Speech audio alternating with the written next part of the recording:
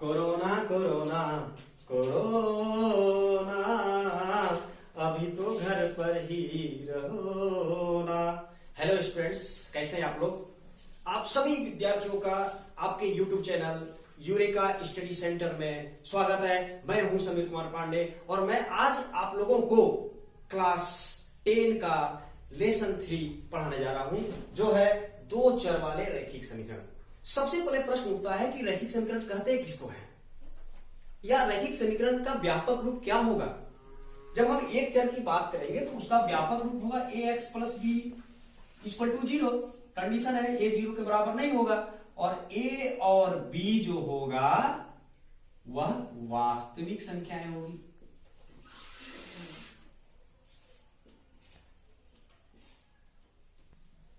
तो इसमें चर कौन सी राशि है, चर इसमें क्या है, तो x है।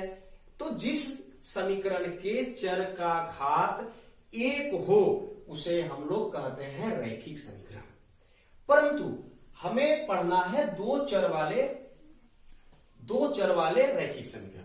तो दो चर वाले रैखिक समीकरण का जो स्टैंडर्ड फॉर्म होता है, व्यापक रूप होता है, वो होता है ax plus b y plus c equal to 0, जिसमें कंडीशन है कि a का मान 0 के बराबर नहीं होना चाहिए, b का मान 0 के बराबर नहीं होना चाहिए, और a b जो यहां पर देख रहे हैं क्या है, a b और c ये वास्तविक संख्या है। आप लोग वास्तविक संख्या से वाकिफ हैं। तो फिर मेरा प्रश्न ये है कि रैखिक समीकरण कहेंगे किसको? तो जिस समीकरण के चर का घात चर पर पावर 1 हो उसे हम लोग रैखिक समीकरण कहते हैं। यहां पर कितना पावर है, 1 जो छिपा हुआ है। यहां पर कितना पावर है, 1 जो छिपा हुआ है। यहां पर कितना पावर है, 1 जो छिपा हुआ है। तो हम कहेंगे इसे रैखिक समीकरण। क्योंकि यहां पर चर x है और y है, इसलिए हो गया दो चर वाले रैखिक समीकरण। और हम क्लास 10 में दो चर वाले रैखिक समीकरण का ही अध्ययन करेंगे। लेकिन यहां पर बातें होगी कि समीकरण तो है, तो दो चर वाले समीकरण का युग्म का उसका व्यापक रूप क्या होगा। तो देखते हैं हम लोग a1x plus b1y plus c1 equal to 0 और a2x plus b2y plus c2 equal to 0। ये दो चर वाले रैखिक समीकरण के युग्म का व्यापक रूप है। कंडीशन वही होगा, a1 का मान 0 के बराबर नहीं होना चाहिए, b1 का मान 0 के बराबर नहीं होना चाहिए, a2 का मान 0 के बराबर नहीं होना चाहिए, b2 का मान 0 के बराबर नहीं होना चाहिए। तो हम कहेंगे ये दो चर वाले रैखिक समीकरण का व्यापक रूप है। अब हमें पता हो गया कि दो चर वाले रैखिक समीकरण है क्या। तो हमें यहां पर दो चर वाले रैखिक समीकरण पता हो गया। मान लीजिए इसको हम फर्स्ट मानते हैं, इसको सेकेंड मानते हैं। अब समीकरण को जो सॉल्व करेंगे, हल करेंगे, यानी कि समीकरण में जो x और y है इसका मान क्या क्या होगा, किस प्रकार से होगा। क्या एक हल होंगे या दो हल होंगे या अनगिनत हल होंगे। तो क्या शर्त होना चाहिए कि समीकरण का क्या हल हो। तो चलिए हम यहां पर हल होने की शर्त को पढ़ते हैं। हल होने की शर्त, समीकरण का क्या सॉल्यूशन होना चाहिए। तो कंडीशन एक और केवल एक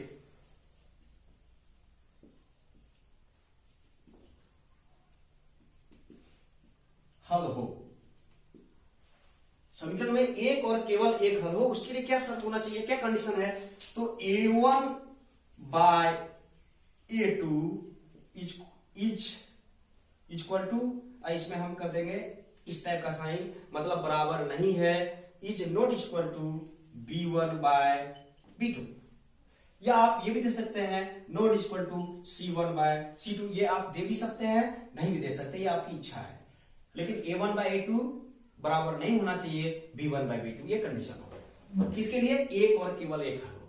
यानी कि समीकरण को जब हम सॉल्व करेंगे, समीकरण मेरा इसको जब सॉल्व किया जाएगा तो हल मेरा कितना होगा, तो x और y के मान जो होंगे वो सिर्फ एक तो होगा। अब आइए कंडीशन दूसरा,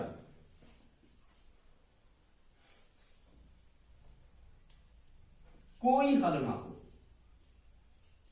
कोई हल ना हो। उसके लिए क्या कंडीशन है? तो कोई हल ना हो का कंडीशन है a1 by a2 is equal to b1 by b2 is not equal to c1 by c2। यानी यहां पर हम देखेंगे a1 क्या है? x का गुणांक, यहां पर a2 क्या है? x का गुणांक, यहां पर b1 क्या है? y का गुणांक, यहां पर b2 क्या है? y का गुणांक, यहां पर c1 क्या है? अचर पद, यहां c2 क्या है? अचर पद। तो यहां पर हम देखेंगे कि a1 बाय a2 का मान बराबर नहीं होना चाहिए b1 बाय b2। तो ऐसी स्थिति में एक और केवल एक हल होगा। a1 बाय a2 बराबर b1 बाय b2 बराबर नहीं हो c1 बाय c2, तो ऐसी स्थिति में कोई हल नहीं होगा, यानी समीकरण का कोई भी हल नहीं निकलेगा, नहीं x और y का कोई भी हल नहीं निकलेगा। चलिए तीसरा स्थिति आते हैं। तीसरा कंडीशन क्या होना चाहिए, उसको हम लोग जो है कि समीकरण के अनगिनत हल होंगे। समीकरण का अनगिनत हल होंगे। तो समीकरण के अनगिनत हल होने का कंडीशन क्या है? a1 by a2 equal to b1 by b2 equal to c1 by c2। ये तो हो गया समीकरणों का हल होने का शर्त कि समीकरण के एक हल होंगे तो उसके लिए क्या कंडीशन है, कोई हल नहीं होंगे तो उसके लिए क्या कंडीशन है, या समीकरण का अनगिनत हल होंगे तो उसके लिए क्या कंडीशन है। ये हम लोगों ने इसको पढ़ा। अब अगर इसी समीकरण का हल को एक ग्राफ खींचा जाए तो उसका ग्राफी निरूपण क्या होगा। पहला में हम लोगों ने क्या देखा, जरा हम उसका एक कॉलम बनाते हैं, आपको कॉलम के तरह का आपको समझ में आएगा। चलिए सबसे पहले हम कंडीशन को अगर लिखें यहां पर कि a1 बाय a2 बराबर नहीं है b1 बाय b2, तो वैसी स्थिति में एक और केवल एक हल होगा। समीकरण का जो होगा एक और केवल एक हल होगा, यानी ये क्या हो गया, हलों की संख्या। सॉल्यूशन क्या निकला ये हम लोग देखेंगे। फिर युग्म का क्या नाम दे सकते हैं, यहां पर हम लिखते हैं युग्म का नाम। जैसे ये जो है एक और केवल एक हल होगा, अगर हम इसका जो है और इस तरह से यहां ग्राफी निरूपण करेंगे तो विरोधी और विरोधी, मतलब एक समीकरण अगर इधर से गया, समीकरण का अगर हम रेखा निरूपण करेंगे तो ये स्थिति आएगी, और दूसरा जो है समीकरण कहीं ना कहीं वो एक दूसरे को प्रतिच्छेद करेगा। तो जिस बिंदु पर प्रतिच्छेद किया, तो सिर्फ एक बिंदु पर प्रतिच्छेद किया, एक बिंदु पर प्रतिच्छेद किया तो इसके x और y के सिर्फ एक और केवल एक मान निकले, जो हम लोग यहां पर देख रहे हैं। युग्म का नाम हुआ अविरोधी। अ माने नहीं, विरोधी माने विरोध नहीं करने वाला। इस रेखा का ये विरोध नहीं कर रहा है, इसलिए हो गया अविरोधी। अब ये क्या है, ये हमारा एक शर्त है जो हम लोगों ने शर्त के रूप में लिखा है पहले। दूसरा हम लोगों ने क्या लिखा था कि a1 by a2 equal to b1 by b2 is not equal to c1 by c2। तो ऐसी स्थिति में कोई हल नहीं होगा, समीकरण का कोई हल नहीं होगा, और इस स्थिति में समीकरण क्या कहलाएंगे, युग्म का नाम विरोधी। और इसका जो ग्राफी निरूपण करेंगे हम लोग तो कैसा होगा, ये बिल्कुल विरोध कर रहा है, ना इधर जाने दे रहा, ना इधर जाने दे रहा है, यानी कि क्या हो रहा है, पैरेलल हो रहा है, यानी दोनों रेखाएं एक दूसरे को जो होती है एक दूसरे को समानांतर हो एक दूसरे। तो हम लोगों ने देखा कि समीकरण क्या है, विरोधी हुए, तो इसका ग्राफी निरूपण हम क्या देखे, ये एक दूसरे को प्रतिच्छेद नहीं कर रहा है, यानी क्या है, पैरेलल लाइन है, विरोध कर रहा है, ये इधर नहीं जाने दे रहा है, इसको जाने दे रहा है, यानी विरोध कर रहा है, यानी कि ये समानांतर रेखाएं हैं। तीसरा हम लोग आते हैं, तीसरा हम लोगों ने क्या पढ़ा, a1 by a2 equal to b1 by b2 equal to c1 by c2। तो ऐसी स्थिति में जो है समीकरण का जो हल हुआ वो हो गया अनगिनत, अनगिनत, जिसकी हम लोग गिनती जिसका हम लोग नहीं कर सकते, अनगिनत, अनंत। और इसका युग्म का जो नाम होगा वो हो जाएगा आश्रित। आश्रित अर्थात एक समीकरण आपका ये है, फिर पहले समीकरण का स्थिति ये रहा और दूसरे समीकरण का जब निरूपण होगा तो फिर इसी रेखा पर जब आ जाता है तो हम दूसरे समीकरण को इस तरह से दिखाते हैं, ये आश्रित हुए, ये ग्राफीय निरूपण होगा। इसको हम लोग बोलते हैं ग्राफीय निरूपण। तो यहां तक आप लोगों ने इसको अच्छी तरह से आप लोग समझ गए होंगे। समीकरण को हल करने की क्या हमारे पास विधियां हैं। जैसे ये समीकरण है, ये पहला दो चर वाला रैखिक समीकरण है, ये दूसरा दो चर वाला रैखिक समीकरण है, तो ये दोनों युग्म कहलाया। अब इन दोनों समीकरणों के हल करने की हमारे पास क्या क्या विधियां हैं।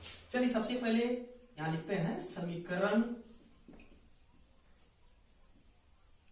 को हल करने की विधियां।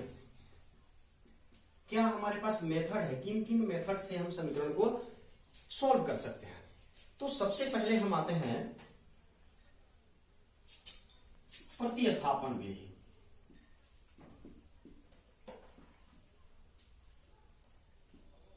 दूसरा आते हैं हम लोग विलोपन विधि।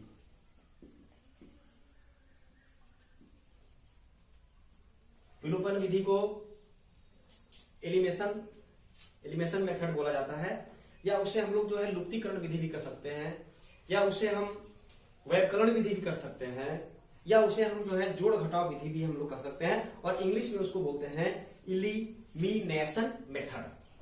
तीसरा है तुलनात्मक विधि। तुलनात्मक विधि। चौथा आते हैं हम लोग अनुपात निर्णय विधि। अनुपात निर्णय विधि। पांचवा है वज्र गुणन विधि। और ये जितने हैं सब बीजीय व्यंजक को सॉल्व करने का है। एक आता है ग्राफीय विधि, जो हम ग्राफीय विधि द्वारा भी समीकरण को सॉल्व करेंगे। तो इन विधियों के द्वारा हम समीकरण को, किसी भी समीकरण को, दो चर वाले रैखिक समीकरण को हम अलग अलग मेथड से हम सॉल्व कर सकते हैं।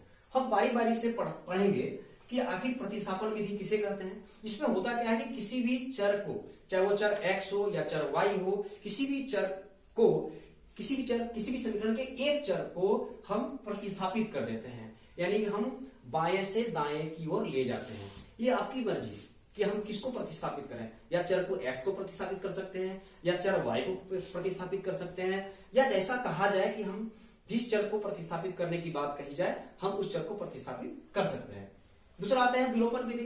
इस विधि में क्या होता है कि किसी भी समीकरण के जो चर हैं, चाहे वो चर x है या y है, किसी भी एक चर को लुप्त किया जाता है, विलोप किया जाता है। विलोप मतलब होता है विलोपन। विलोपन मतलब होता है ढक देना। अर्थात मान लीजिए हमको x इस पहले समीकरण या दूसरे समीकरण, पहले या दूसरे समीकरण के मान लीजिए हमको x के चर को विलोपन करना है, तो x इसके गुणांक सेम होने चाहिए। तो ये जो है जोड़ने या घटाने की विधि द्वारा हम x को विलोपित कर सकते हैं, या आपकी मर्जी हो y को विलोपित कर सकते हैं। अब आते हैं तुलनात्मक विधि। इसमें हमें किसी भी समीकरण में चर x को लेते हुए उसको हम तुलनात्मक विधि में समीकरण के चर x या चर y की तुलना हम लोग करते हैं। जैसे कि x को एक तरफ रहने दिए और चर y को हम दूसरी तरफ ले गए, दूसरे समीकरण में चर x को एक तरफ रहने दिए और चर y को दूसरी तरफ ले गए। तो इस प्रकार से हम तुलनात्मक विधि द्वारा सॉल्व कर सकते हैं। अनुपात निर्णय विधि में, या हम ये कह सकते हैं कि अनुपात निर्णय विधि एक तरह से यह विधि लुप्तीकरण विधि या विलोपन विधि का ही एक स्वरूप है। इसमें जो है समीकरणों का अनुपात निकालते हैं और इस विधि के द्वारा हम इसको सॉल्व कर सकते हैं। वज्र गुणन विधि, इसके लिए हम एक फॉर्मूला निकालेंगे, फिर आपको बताएंगे, और ग्राफिक मेथड के द्वारा भी हम आपको इसके बारे में बताएंगे।